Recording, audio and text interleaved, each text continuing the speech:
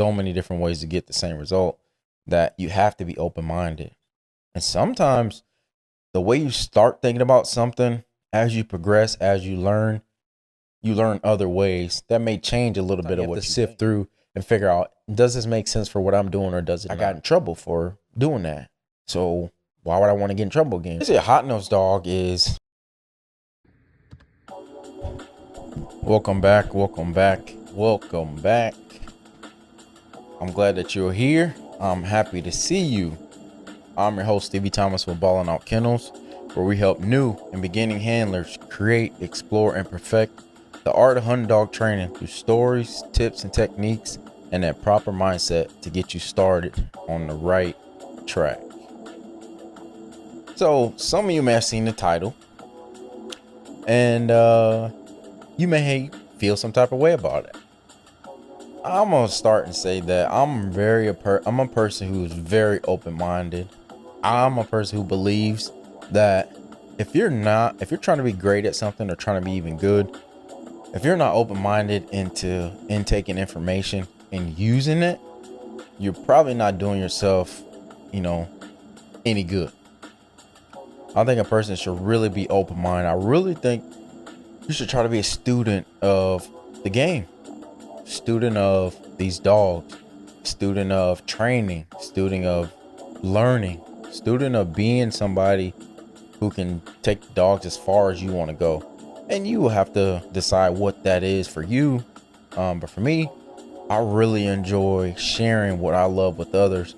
And by doing that, I have to learn a lot. I continue to learn a lot. You'll never catch me being a person who say I know everything. Absolutely not. I don't. But I'm constantly learning. I love learning about these dogs. I love learning other people's mentalities, other people's thought process, and how they go about training a dog. Because there's so many ways to accomplish the same goal. And you'll never hear me say, like, hey, this is the only way. Even to some of the stuff we talked about on previous podcasts, or if you ever talk to me in general, you will never hear me say, like, hey, if you don't do it this way, then you're not going to get X, Y, and Z result. I clearly understand that there's so many different ways to get the same result that you have to be open-minded. And sometimes the way you start thinking about something, as you progress, as you learn other ways that may change a little bit of what you think. And that is kind of what I ran into recently. I wouldn't say recent. I'm sharing it recently, but I've been thinking about this for a little bit now. And I'll kind of walk you through how I got to my thought process with this. It's basically talking about hot-nosed and cold-nosed dogs. Now, if you're somebody just getting into it, these are terminologies I've used since I've started. That's all I knew. That was the only, there's a way to understand a dog's ability. A hot-nosed dog and a cold-nosed dog. And obviously there's mediums in there and that sort of thing. But if you're just getting started, let me explain a little bit on what a person may mean. And again, this is like with most dogs, there's going to be variations in it. How somebody may explain it different than I'm going to explain it. And the next person may explain it a little bit different than the other. It's just part of it. So basically a hot-nosed dog is, we'll take beagles for instance. If you have a rabbit that just got jumped, the dogs are working, you've seen the rabbit take off running from his hiding spot and he's on the move, he's gone. A hot-nosed dog is, explained to me, is that dog has the ability to run that hot rabbit, a fresh rabbit, actively running rabbit the best. That's when they perform the best.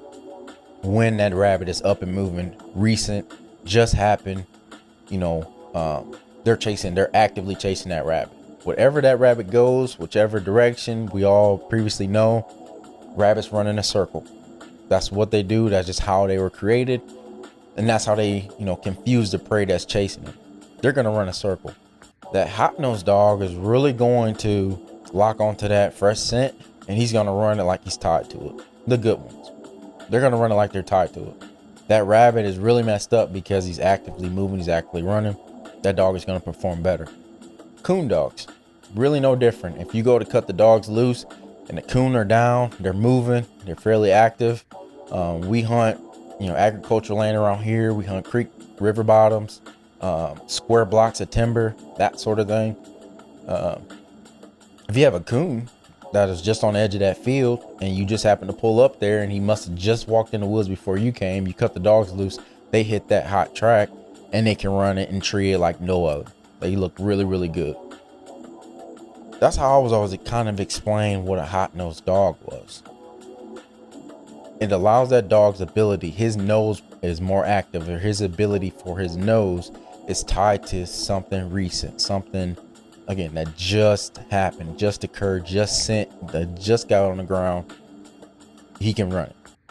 Now a cold-nosed dog, and some people prefer a hot-nosed dog over a cold-nosed dog. Again, with dogs, there's so many variations, there's so many different things to think about. Terrain features, where you hunt, time of year, all the sort of things got to be taken into account when you're speaking about a hot-nosed dog. Cold nose is the same, depending on type of game you're hunting. So what is a cold nose? So basically it's really the opposite. So a colder nosed dog, let's just say, in the winter or in the fall time, the coons come down early. We'll use coon dogs for this example and we'll flip the beagles, but the coon come down at 5 o'clock. It's just starting to get dark around 5 o'clock. They come down, but you're not able to hunt till, let's say, 10 o'clock. The coon makes his track. He goes to his field. He does what coons do, and he goes back to his den or goes back to the tree. He's gonna rest for a few hours. That scent is a lot older. That scent's been on the ground for 4 hours, 4+ hours. And a colder nosed dog, and we can even take it further than that. Some people would consider a colder nosed dog can pick up that track that's 7 hours, 8 hours, sometimes 9 hours on the ground, and that dog can still work it up and track it. I hope you're enjoying the episode, but did you know people are becoming more interested in rabbit hunting with beagles but might not know how to start? Don't worry, I got your back. I wrote a book called Producing a Future Rabbit Dog. In this book, I talk about proven concepts, tips, and techniques that I've been using for the last 10 years on all my rabbit dogs.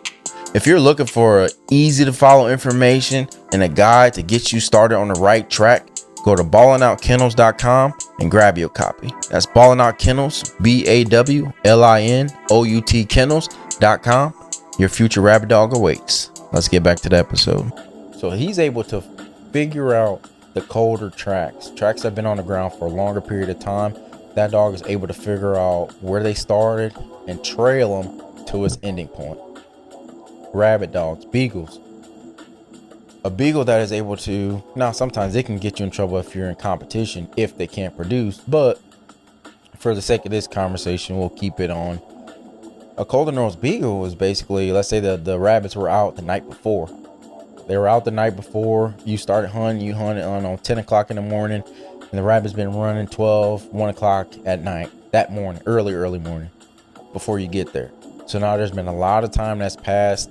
A colder nosed dog is able to work those tracks out and find where that rabbit is hiding at now, get them jumped, and continue to run.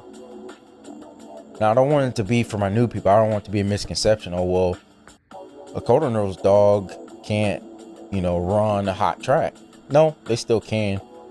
It's, again, it was taught to me that dog is going to be able to run any type of track you want him to. Sometimes in the winter, colder winter, those late season hunts, a lot of people think a colder nosed dog is better for those situations because the nose power is a little bit different.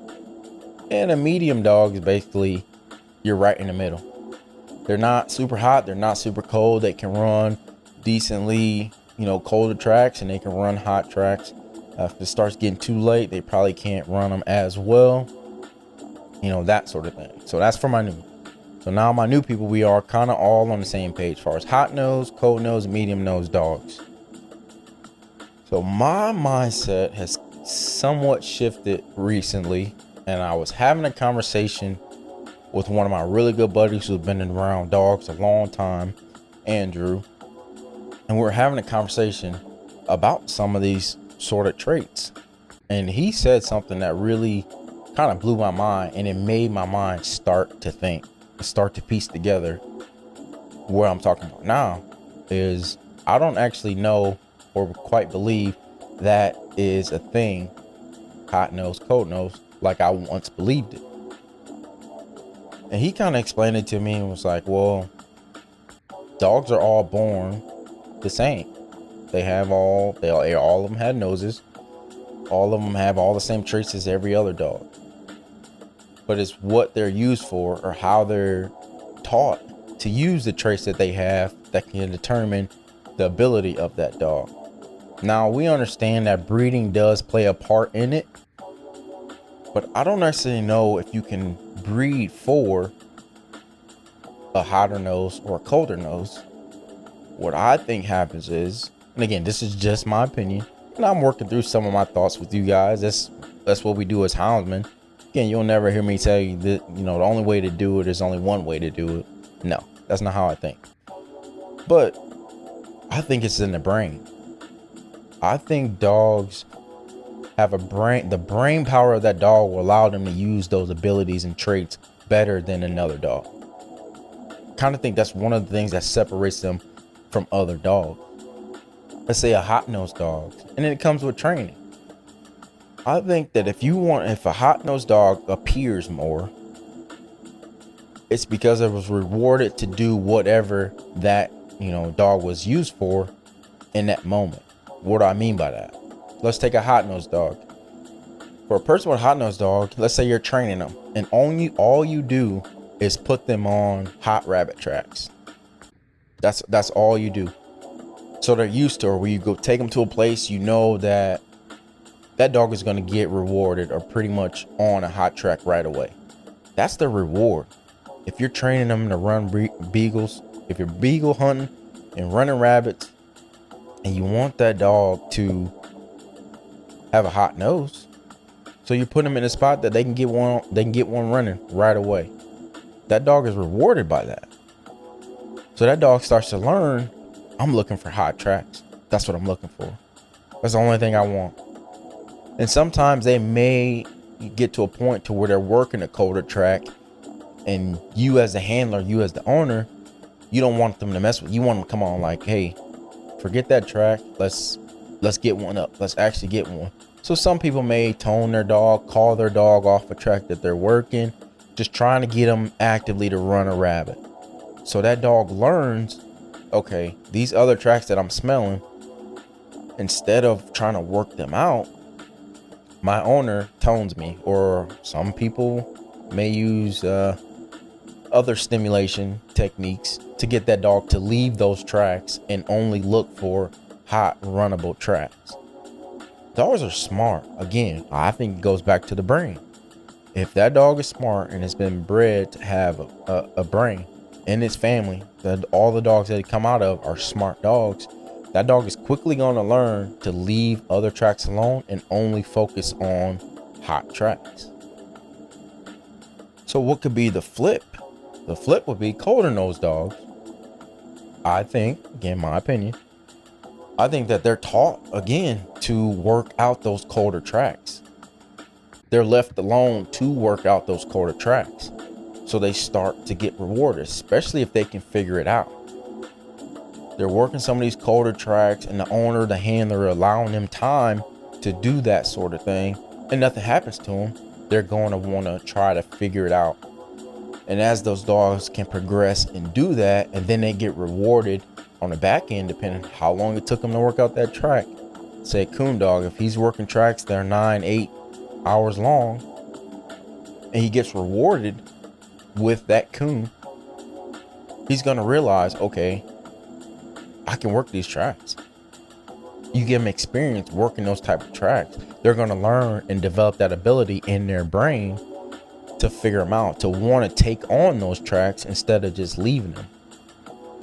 I've never bear hunted with dogs. It's something on my list I want to do, but I was talking to somebody, one of my good friends too, who was really into bear. That's what he does. He's bear hunted for a really long time, and he was explaining to me how having, a colder nosed dog and bear hunting is good, but it's allowing that dog to run those colder tracks and get rewarded for it, figuring it out, allowing him to figure it out.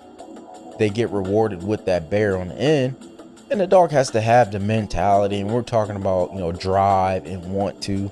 The those things all apply. I think they still apply. The dog can be, I believe track minded and tree minded is a little different.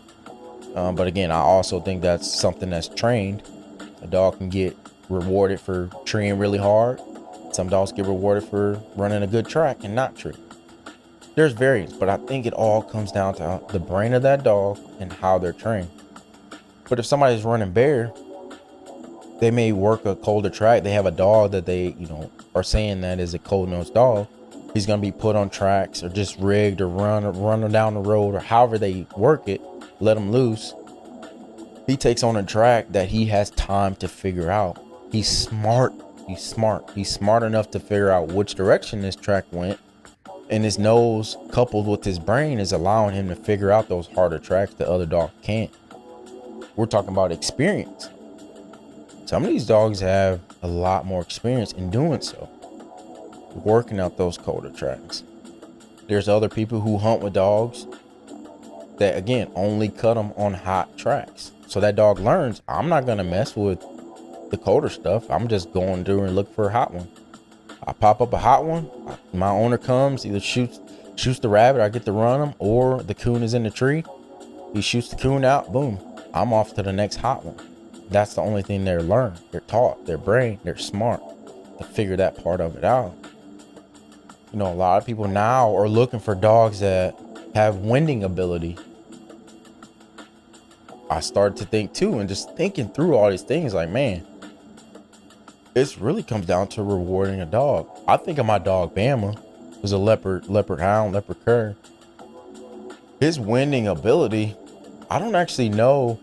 I'm not saying that he wasn't bred into him, but I just started to realize I'll allow Bama to do some of those things when he was winding that gave him the mindset that, hey, I can do this and get rewarded for it. It locked in his brain that even though I may not specifically be on the tree that this coon is in, but I can smell him. I'm alerting my handler, which is me, that I smell this coon. He's somewhere, and still getting rewarded for that. Now he's learned to figure that out. I've had times where, we're coon hunting. We've high hunted for a long time. That was what I started out doing. That's what I knew to do. We're shooting coons. That's what we're doing. You tree them, we're shooting. So Bama, he would run through the woods. He's fast. He always ran, always hunted hard. He was never a slouch or any of that sort of stuff. But he didn't really pass up a whole lot of tracks either. It didn't matter how he came to him. But again, I think that was me allowing him to work those tracks out, and him and his brain. And yes, some of the genetics played a part. But I can specifically remember cutting him down the lane. And I like to go to this place because it is a lane, and usually there's corn in the field. But there's nice big oaks along this lane and some other cottonwoods and some other big trees that I know the coons will go out in the field. They'll do their thing. And once they come up, they're going to want to lay up in them big cottonwoods or them big oaks. I knew that's what they like to do. So I figured, he was fairly young.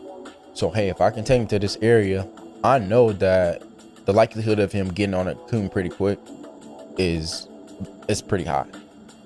So I cut him down the lane. And I could just see him on the Garmin. He just going back and forth. And Bama's not open on track. If he opens on track, he's right behind that coon. Like he's actively chasing right behind him. That's really the only time you're going to hear Bama until he locates and tree. But I'm watching him on the Garmin, and he was on, 400 or 500 yards away from me. But he kept going back and forth. I can just watch him back and forth on the Garmin, back and forth. He'll bark a little bit, but he never actually locked down a tree. But he's going back and forth, and it wasn't a huge span. So I just start inching closer to him. So as I'm kind of walking over there, I got to see what he was doing. And Bama basically was walking on his back legs with his nose straight in the air. And he would go down a little bit to the other spot and do the same thing. What he was trying to do was cut the wind. He was really cutting the wind to figure out, okay, I could smell this coon here. But he didn't actively go up a tree, or I couldn't figure out which tree he was in, but I could smell him. So he would come back, do the same thing, nose straight in the air, cutting the wind, and he would bark a little bit. So then when he actually did decide to pull up on a tree, it was not the tree the coon was actually in. And as I walked towards him, I could see the light. The coon looked right at me, so I knew he was a tree over. But Bama picked a smaller tree that was still connected to the other one.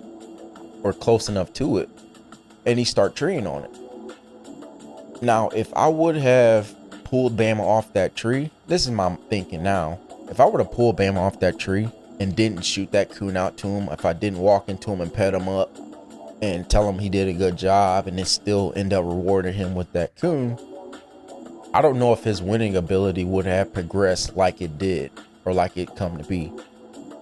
Yes, I believe, again, that genetics play a part into it, how they're bred and that sort of thing. But I also think if a dog is bred to win and bred to do some of those other things, it's probably fairly smart. He has to have smarts in his genetics somewhere that's coupled with his nose ability to allow him to do those sort of things. But if I would have pulled him off that tree, if I would have spanked him, if I would have just sent them on, he probably would have learned, being smart, he probably would have learned that, well, my owner doesn't want me to treat coons that way. I can smell him. I know he was somewhere. I didn't quite know where, but I knew he was in the area somewhere. And I got fairly close, the best spot that I could smell him at. And I treed and let you know where he was at. But I got in trouble for doing that. So why would I want to get in trouble again? I'm just gonna now look for specific coon tracks where I can smell them on the tree, or I can run them up the tree, or however it works out. He just learns that whatever way I was just doing it is not the right way to do it, because I got in trouble for it. I got toned, I got beeped, I got vibrated, whatever. And now I got sent on. I didn't do that with him. If Bama treated a coon, he was getting shot down. No, I'm not going to let him tree a coon that's 4, 5, 6 trees over. I didn't let him do any of that sort of stuff. But if he's fairly close and it looks reasonable to me that that coon's there, and who knows how long that coon has actually been sitting up there. Because I will say that about Bama. He will snipe out coons that been asleep for up in the tree for a while. And a lot of coon hunters and people just getting into it, the more you hunt, especially in the fall, you'll start to notice when those coons are tucked in the crotch of a tree, their tail is wrapped all the way around them and it just looks like a ball up there. That coon's probably been sleeping up there for a little bit. Some dogs don't have the ability to smell it. And that's what I was thinking. It's like, well, they probably don't have the ability to smell it. Maybe. Or they weren't trained or given time to work out some of those tracks, some of those trees, to learn to use their brain coupled with their nose to figure those tracks out. If Bama did that, especially when we're hide hunting pretty heavy, oh yeah, he's getting that coon. We're scanning him out and he was getting rewarded with that coon. I think that plays a huge role. Allowing those dogs to be smart, using their brain, using their power. Because another thing my buddy always tell me, the human element, and he's been around dogs his whole life, and we're about the same age or whatever, but I really listen. Again, it's for me, it's like I'm trying to learn as much as I can from anybody that I talk to with dogs. Now, you will have to sift through some things that are told to you, figure out if it works for your situation or if it doesn't. Does this make sense for what I'm trying to accomplish with this dog? Is this dog at the age for what I'm being learned or taught right now to work or not work? Sometimes it's not always the case, but if you take in that information, you never know when you can pull that back out and it can be useful for you. So I never really shut down anybody who's trying to tell me or teach me something. But I just, again, sometimes you have to sift through and figure out, does this make sense for what I'm doing or does it not? But always keep it in the back of your mind, because you never know when you can use it. So he talks about the human element, to where sometimes we as humans, as trainers, and you as a new person, me still learning, that we may do things that we don't even realize the good or the damage that we're creating by doing a certain thing. We want a dog to perform a certain way, not realizing that we didn't entirely teach that dog to operate in this way, good or bad. And then we may react a certain way or reward them or not reward them or discipline them. Now you're teaching that dog something, whether it's good or bad. Anytime you cut a dog loose, they're in the woods and you're interacting with them, you are teaching that dog something. And if that dog is smart enough to pick up on some of those things, he's going to go one way or the other. He's either going to continue to do more of what he got rewarded for, or he's going to shy away from things he got disciplined for. You as the handler, you as the owner, you as the new person working with these dogs have to understand what I'm about to do. What am I teaching my dog? Is he being rewarded or is he not? Is he being disciplined for this? Do I want him to do this down the road? Is this going to hinder his ability to do X, Y, and Z? And I was thinking about too, what dog is closely related to, coon dogs who don't actually believe in the concept. Most of the hot nose and the cold nose is really police dogs.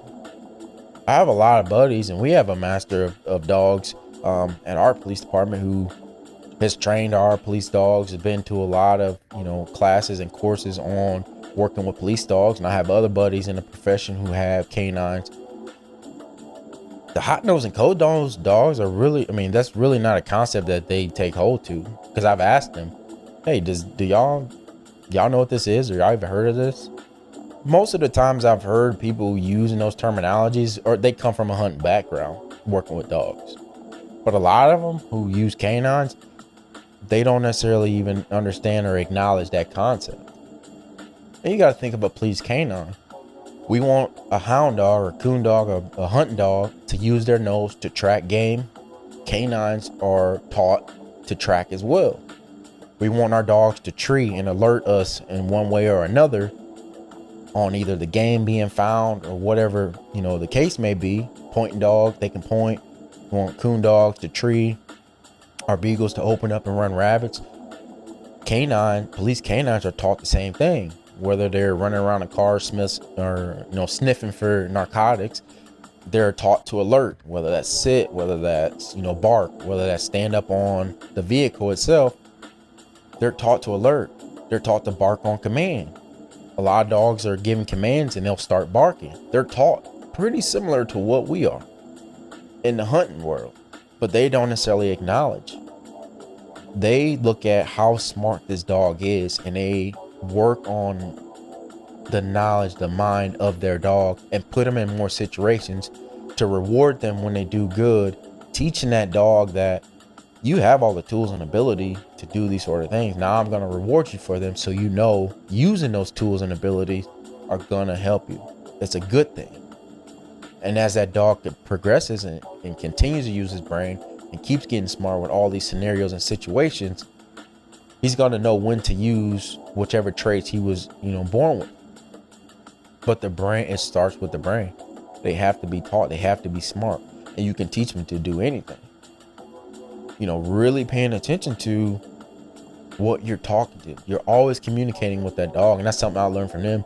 No matter what you're doing, even on the leash, when they're working with their canines, the amount of pressure that they put on the leash is communicating with that dog. Certain ways that, they use different leashes for different things. That dog is communicating, hey, I'm on a short leash, I'm on a long leash. They understand what task they're being asked to do specifically by the leash. Obviously coming with commands and that sort of thing, it's really no different. So that was the closest thing I can think of to our hunting dogs or working dogs that have to do the same thing we want them to do. They have to track, they have to alert. Obviously we don't teach our dogs to bite, and a lot of canines know how to, but it's very closely related. So there's something I've been working on trying to perfect and just thinking through. It's like, it made me reframe how I thought about this, hot nose and cold nose. And am I teaching my dog to be more of a hot nosed dog, or am I teaching him to be more of a cold nosed dog? Now I know there's going to be a lot of people who are like, dude, this dude don't know what he's talking about, which is fine. There's nothing wrong. And I still, to a degree, I've always thought that. That's the same thing I was taught. But I like to learn. I like to try to, look at what's being told to us and figure out, is this really real? Or is this just going along with the crowd because this is what's being told to me? I've never been a person to really just go along with the crowd. And you being new, you have to learn. Sometimes you just gotta kind of learn on your own. Do your own thing. Be progressive. Be willing to step outside of the box to learn something, to figure something out. You'd be surprised how far that can take you. And I wouldn't want you to be discouraged because you may look at something a different way than someone else does. I'm all for it. I'm an open-minded person, and I hope that you can one day teach us all in this hunting industry, something new that we didn't know about these dogs, and be able to use it, even if it's just one person. even if it's just one person. So I never want you to hesitate trying again to be a student of the game, be a student of these dogs, and a student in perfecting the craft of hunting with these dogs that we love so much. So again, I hope this helps somebody, and I know it may rub some people the wrong way, but hey, we're here to learn, and I want to learn from as many people as I can, and I hope you learned a little bit from me. And this week, I hope you did that. I'm Stevie Thomas of Ballin' Out Kennels. Stay sharp, stay real, stay houndy.